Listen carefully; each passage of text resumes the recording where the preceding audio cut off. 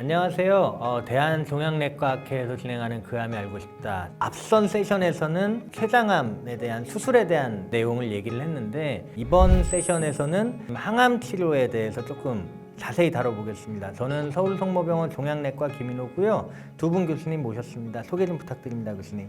네, 안녕하세요. 저는 분당차병원 혈액종양내과 천재경입니다. 네, 안녕하세요. 동아대학교 병원 혈액종양내과 허석재입니다. 첫 번째 세션에서는 수술을 좀 할 수 있는 분들 위주로 얘기를 드렸다면 사실 수술이 좀 어려운 지금 병기가 높은 경우에는 항암 치료가 거의 주된 치료가 되잖아요.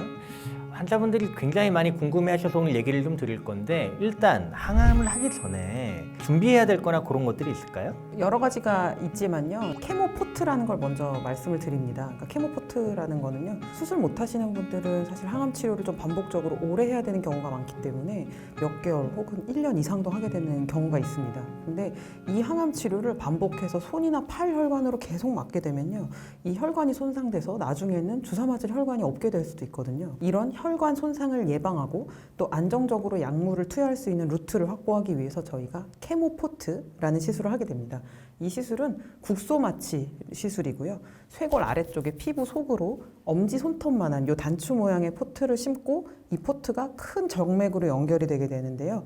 그러면 이 케모포트에다가 주사를 찔러서 항암제를 맞고 끝나면 소독하고 이런 식으로 쓰면 되는 거고 잘 관리하면 이 케모포트는 몇 년까지도 사용할 수 있습니다. 방금 얘기하신 케모포트 하고 나면 궁금해하시는 게 뭐가 보이냐 하는데 거의 안 보이죠? 예, 그러니까 살 안에 숨기는 거기 때문에 밖으로 뭐가 이렇게 나와 있는 게 아닙니다. 그리고 샤워도 다 가능하고요. 그렇죠? 예. 그리고 가벼운 운동도 어느 정도는 가능하죠. 자유롭게 다 하셔도 됩니다. 여기에 넣고 나서 첫날 시술한 날 조금 불편감이 있는데 그것은 결국에는 자연스러워지는 현상이라서 큰 문제는 없고 보입니다. 그러면 방금 얘기한 대로 케모포트 같은 걸 준비를 하고 나서 항암을 하게 되잖아요. 1차 항암이라고 얘기를 하는데 약제가 되게 요즘 많더라고요. 어떤 약으로 어떻게 항암을 하는지 좀 얘기 좀 해주세요. 수술이 불가능한 췌장암 환자에서 1차 항암제로 쓸 수 있는 한 가지 옵션은 폴피리녹스라는 항암 치료입니다. 이 약은 5FU 류코보린, 이리노테칸, 옥살리플라틴이라는 항암제가 병합되어 있는 요법으로서 현재 쓸 수 있는 항암제 중에서는 가장 암을 잘 줄이고 암을 줄일 수 있는 확률도 높다고 알려져 있습니다. 정맥 주사를 통해서 천천히 주입하는 방법이고요. 약 50시간, 즉 2박 3일이 걸립니다. 투약 시간이 길기 때문에 케모포트 시술을 필요로 합니다. 2주 간격으로 진행하게 되고요. 6에서 8주 지나고 나서 CT를 한번 찍어서 효과 여부를 확인하게 됩니다. 구토를 일으킬 수 있는 항암제기는 하지만요. 저희가 구토 가능성으로 난이도를 상, 중, 하로 나눈다고 쳤을 때 이 약은 중상 정도에 해당하기 때문에 구토가 아주 심하지는 않다고 예상하시면 되고 그 외에도 여러 설사, 백혈구 감소 등의 부작용은 있지만 적절한 용량 감량과 치료 간격 조절을 통해서 충분히 조절 가능한 정도입니다. 허석재 교수님 그럼 다른 요법은 또 없을까요? 앞서 천재경 선생님께서 현재 4기 췌장암의 항암 치료의 하나인 폴피리녹스 요법에 대해서 말씀을 해주셨는데요. 흔히 4기 췌장암 항암 요법에서 쌍두마차가 있다고 합니다. 그 중에 또 하나가 폴피리녹스 요법 외에 젬사이타빈과 나파클리탁셀을 병합해서 사용하는 젬아브락산이라고 요법이라고 합니다. 4주 간격으로 시행을 하고 일주일 간격으로 1일째, 8일째, 15일째 3회 투여를 하고 2주간의 휴지기를 가지는 요법입니다. 두 가지 약 모두 1시간 미만에서 투여가 가능하고 앞서 폴피리녹스 같은 경우에는 50시간, 2박 3일의 시간이 걸린다고 하면 이것은 당일날 외래에서 투여가 가능하면 많은 환자분들이 약물에 따른 순응도가 좋아서 권고되고 있는 대표적인 요법 중에 한 가지입니다. 이 1차 치료로 폴피리녹스를 할 수도 있고 젬아브락산이라고 하는 요법을 할 수가 있는데요. 젬아브락산에 대해서 말씀을 드렸는데 많은 환자분들이 1차 치료 이후에 또 어떤 치료가 많이 되는지 궁금해 하시는데 먼저 말씀을 좀 드리면 폴피리녹스 요법 이후에는 제가 말씀드렸던 젬아브락산이라는 요법을 주로 사용을 하고요. 이 치료를 연속적으로 하는 게 보통 보통 쉽지만은 않습니다. 그래서 제가 방금 말씀드렸던 젬 아브락산 같은 경우에는 최근에 발표된 연구에 따르면 이 젬사이타빈에 이제 치료를 하고 나서 거기에서 진행이 된 경우에 오니바이드라고 해서 나노 라이포조말 이리노테칼, 좀 어려운 말이죠. 이제 상품명은 오니바이드라고 합니다. 여기에 이제 5FU라는 약을 병합을 해서 앞서 젬 아브락산이라 말했듯이 이거 요법은 날리리 요법이라고 좀 말씀을 드리거든요. 이름이 좀 웃기지만 날리리 요법을 시행을 하면 폴피리녹스에 못지않는 좋은 효과를 확인을 할 수 있었고, 이 요법 또한 2주 간격으로 2박 3일간 투여하는 치료법 중에 한 가지입니다. 제가 1편에서 보조 항암 요법이라고 하는 것은 많은 환자분들께 6개월이라는 긴 터널을 저희 손을 잡고 같이 가자고 말씀을 드리는데요. 솔직히 이렇게 좀 사기 전이가 된 경우에는 장기간의 치료를 합니다. 그러면 많은 환자분들이 질문을 해요. 선생님, 저 항암 치료 언제까지 해야 됩니까? 라고 말을 항상 묻거든요. 그럼 저희도 솔직하게 거기에 대해서 좀 오랫동안 장기간 해야 됩니다라는 말씀을 선뜻 드리기에는 치료에 앞서서 의지를 좀 떨어뜨릴 수 있다고 생각을 하고, 저는 이렇게 말씀을 드려요. 저의 손을 잡고 저희들이 이 가이드를 잘 해드릴 테니까 저희도 앞서서 어떤 일들이 벌어질지는 명확하게 알 수는 없으나 환자분들을 아주 여러 분 많이 모시고 가봤습니다. 그 길을 잘 압니다. 그런데 징검다리처럼 차근차근히 저랑 같이 가봅시다라고 말씀을 드립니다. 저희 종양내과 선생님들의 강점이요. 이렇게 장기적으로 오랜 치료를 하면 거기에 대해서 많은 부작용이 생기는데 거기에 대해서 정말 부작용 치료를 잘 한다고 저는 생각을 하거든요. 교수님들도. 그래서 저희와 함께 하시면 힘든 치료도 아마 어렵지만은 잘 이겨내시리라 저는 생각을 하고 있습니다. 그러면 이제 두 교수님이 1차 요법으로 폴피리녹스 그리고 젬 아브락산 이 두 가지가 아마 가장 많이 쓰는 이잖아요. 그러면 어떤 걸 해야 되는가? 어떤 것이 더 좋은가? 혹시 교수님 어떻게 생각하세요? 지금까지 알려져 있는 걸로는 뭘로 시작하든 크게 상관없다라는 것입니다. 그래서 뭘 하면 더 좋다 이런 것이 없기 때문에 환자분들의 여러 가지 사정이나 의사의 어떤 개인적인 의견이 많이 개입이 될 수밖에 없게 되는데요. 폴피리녹스는 아무래도 항암제가 3가지가 병합돼 있기 때문에 효과는 좋지만 부작용이 좀 더 심하고 그리고 입원을 요하는 때가 많습니다. 이제 투약 기간이 길기 때문에요. 젬시타빈 아브락산 같은 경우에는 이게 외래에서 한 번씩 왔다 갔다 하면서 맞을 수 있기 때문에요. 이 두 가지를 이렇게 비교해 보면 폴피리녹스가 아무래도 좀 일상생활에 조금 더 제한이 있는 경우, 그러니까 뭐 어디 여행을 간다든지 일을 한다든지 하기는 조금 더 어려운 것 같습니다. 자유롭게 생활하고 싶고 크게 힘들고 싶지 않고 외래에서 항암하고 싶다 하시는 분들께는 젬시타빈 아브락산을 주로 권유드리고요. 국소 진행성이거나 암을 빨리 줄이는 게 중요한 환자분들께는 저는 폴피리녹스를 우선 권유드리고 있습니다. 저도 천재경 교수님과 거의 동일한 생각을 하고 있습니다. 그런데 제가 앞서 말씀드렸듯이 쌍두마차라고 표현을 했잖아요. 어떤 것이 더 우월하다라고 하면 쌍두마차로 표현하진 않거든요. 폴피리녹스라는 요법과 젬 아브락산의 요법 자체가 견줄 수 없을 만큼 효과가 좋은데 저 역시도 약제에 따른 부작용, 요즘에 또 생각보다 젊은 환자분들이 안타깝게 좀 많습니다. 직장을 다니셔야 된다든지 입원이 좀 힘들다든지 그리고 또 타 지역에까지 가서 치료를 하는 경우들도 많기 때문에 여러 가지 환자와의 여건을 고려를 해서 치료를 결정하고 있습니다.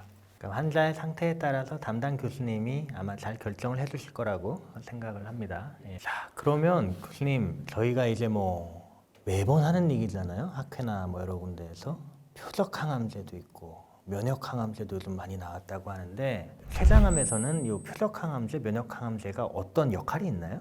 일부 췌장암 환자, 그 소수긴 한데요. 일부 췌장암 환자에서는 표적 치료제가 가능한 분들이 있습니다. 뭐 예를 들면 엔트렉 퓨전 아니면 KRAS G12C 이런 돌연 변이가 있는 경우에는 치료제가 나와 있거나 아니면 굉장히 유망한 약들이 이제 임상 연구에서 좋은 결과를 보여줬었습니다만 이런 환자의 비율이 3% 미만이라는 점 때문에 아직까지는 췌장암에서 표적 치료제의 역할은 좀 제한이 되는 것 같습니다. 그 다음에 면역 항암제는 어떠냐 봤을 때는 임상 연구에서 너무 많이 실패를 했었거든요. 그래서 아직까지는 효과가 없다라고 말씀을 드리지만 그래도 일부 MSI 하이 혹은 디피션트 MMR이라는 특정 조직이 어떤 그 특징을 가지는 경우에는요 면역 항암제가 효과적일 수도 있고 최근에는 그런 표지자가 없었음에도 백금계 항암제에 잘 들었던 환자를 대상으로 면역 항암제랑 표적 치료제를 병합했을 때 효과가 좋았습니다 하는 보고도 있었기 때문에요. 결론적으로는 아직은 효과가 좀 제한적이지만 향후 더 많은 환자에서 효과가 있게 되지 않을까라고 기대하고 있다라고 말씀드릴 수 있겠습니다.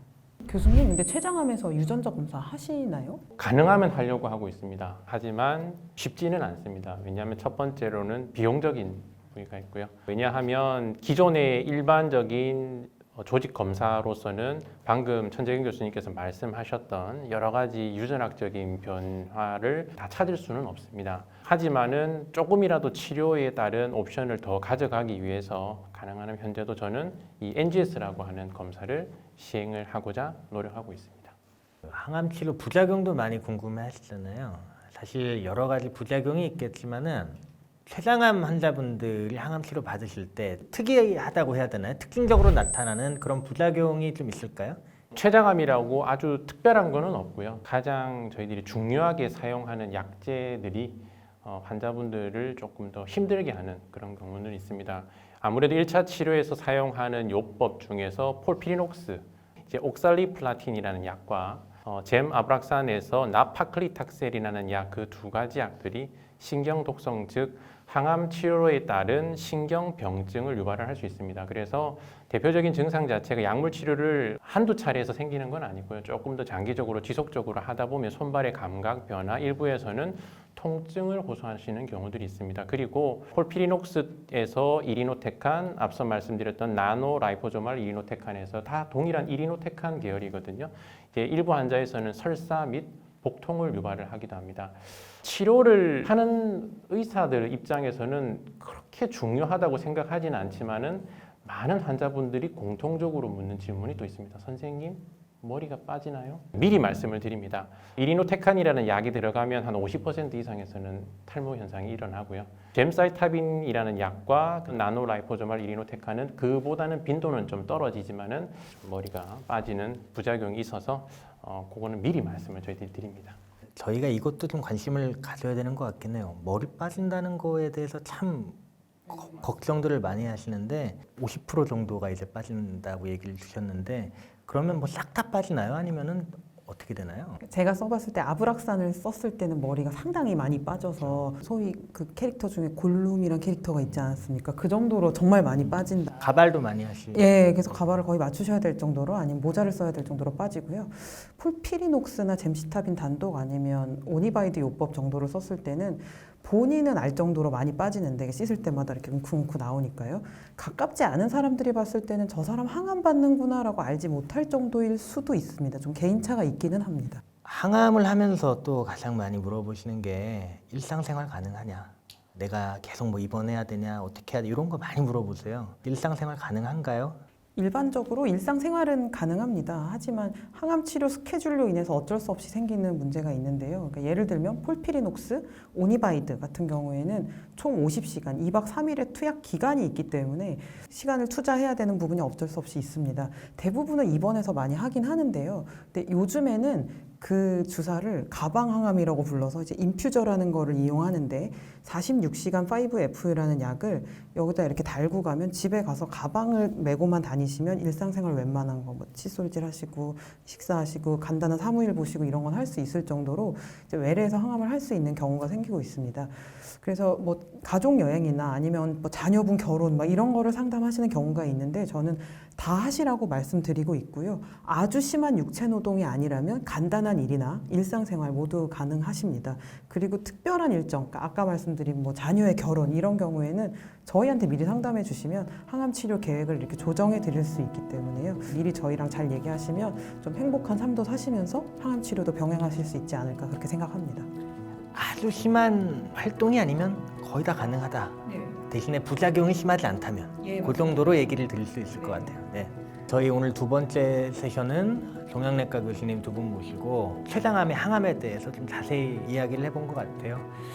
이번 세션은 여기까지 하고요. 저희는 다음에 담도암 세션 때 뵙도록 하겠습니다. 고맙습니다. 네.